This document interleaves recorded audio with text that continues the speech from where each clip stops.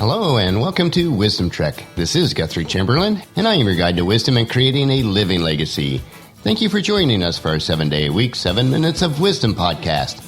This is day 246 of our trek, and yesterday we arrived back at base camp after a 25-day trek covering the Wisdom Trek Life Plan program called Your Life Plan Blueprint. If you missed any of the days of our Wisdom Trek episodes, please go to wisdom-trek.com to listen to them and to read the daily journal. Paula and I are refining the daily concepts along with the worksheets into an easy-to-use workbook, and I'll let you know as soon as we have it completed so that you can download it.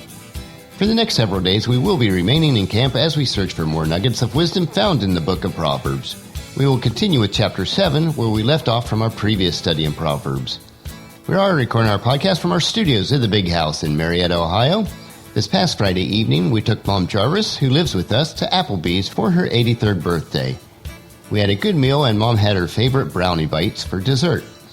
After that, we stopped by Elizabeth and Nat's home and spent time with the grandkids, and they also had a birthday cake for Grandma Jarvis there. It was a pleasant evening. After returning home Friday, I had the privilege of being interviewed by Ulf Hergestad for his newly released Being a Better Man podcast. I'll let you know when it does air. On Saturday, I made real good progress on the woodworking floors in the library. When we return later in February, I'll be able to apply polyurethane to them. On Sunday, we headed back south to our home in Indian Trail. But for today, let's gather around a campfire and dig for more nuggets of wisdom, which are found throughout the book of Proverbs. So sit back and relax as we share together. As you visualize the campsite today, take in the sights and sounds of the outdoors. Listen to the crackling of the fire as it whispers bits of wisdom. Let them permeate your heart, your mind, and your soul. Today we will continue with chapter 7. As we look back a little bit, if you recall, the first 9 chapters of Proverbs is considered Solomon's wise lessons, where he instructs his children, and specifically his sons, how to gain wisdom and the perils that will come to them if they do not follow these lessons. Proverbs chapter 7 through 9 are considered the last and greatest of Solomon's lessons. Since chapter 1, we have read the words that Solomon taught his children. Solomon's wise lessons end in chapter 9. From chapter 10 on through the remainder of the book of Proverbs lists short and distinct and many times contrasting proverbs or wisdom nuggets. If we look back at the Hebrew text for chapters 7 through 9, Solomon writes 3 great poems. The first great poem is in chapter 7. This poem is about a woman who tempts a simple man. The man behaves like a fool because he trusts her. This man does not realize what will happen to him. The second great poem is in chapter 8 and the first part of chapter 9. This moves us as a reader into a court situation. In the Old Testament times, legal matters were handled and settled at the city gates. This poem is a legal hearing, such as one that you would hear in front of judges or elders of the town. The speaker, who is a woman lawyer, is called Wisdom. She argues the case that everyone should listen to her words and precepts. And the final great poem is in the last part of chapter 9. This poem contrasts a woman lawyer called Wisdom with another woman lawyer called Folly. Both lawyers plead their case and invite the simple people to come to an eternal feast.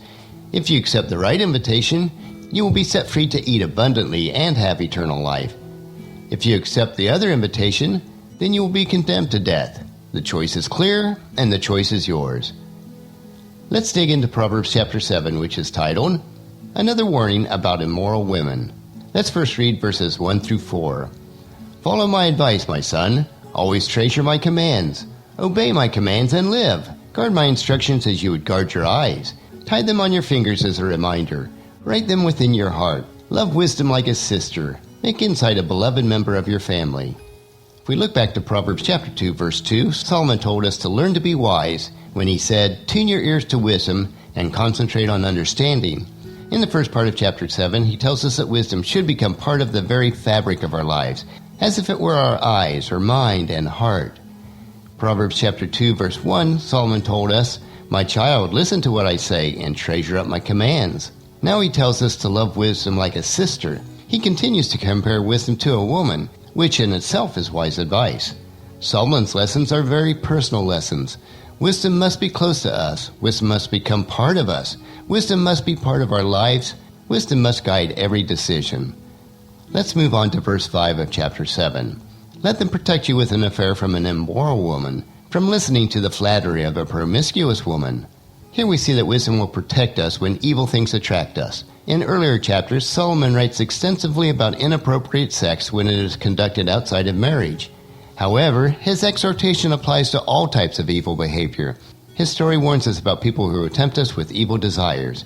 In this story, a woman will tempt a simple man to have sex. Solomon shows how one person can tempt another person. In the remainder of chapter 7, he also shows the result if we do evil things.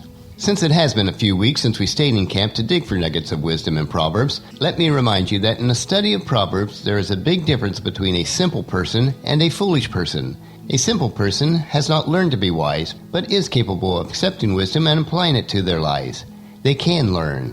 In Proverbs, when a person is referred to as a fool or foolish, it implies that this person knows about wisdom, but has refused to apply it to their lives. They have rejected God's wisdom and chosen to live by their own foolish precepts. Since we spent most of January on an extensive 25-day trek where we explored Wisdom Trek, Your Life Plan Blueprint, we will reflect for several days on the abundance of wisdom contained in Proverbs. We will take our time to dig for the nuggets of wisdom and apply them to our lives. Tomorrow we will continue with verse 6 of chapter 7. So encourage your family and friends to join us and then come along with us tomorrow for another day of Wisdom Trek, Creating a Legacy. That will finish our podcast for today. As you enjoy your daily doses of wisdom, I encourage you to help us promote Wisdom Trek in the following 4 ways. First, leave us feedback about the podcast at wisdom-trek.com so we can continually improve. Second, on your smartphone, subscribe at iTunes, Google Play, Spreaker, SoundCloud, or Stitcher so that the podcast will be downloaded to you automatically each day.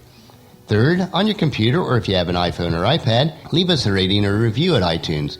This will help to get the word out to others so that they can join us on our Wisdom Trek. And fourth, most importantly, please share Wisdom Trek with your family and friends through email, Facebook, Twitter, or in person so they can come along with us each day.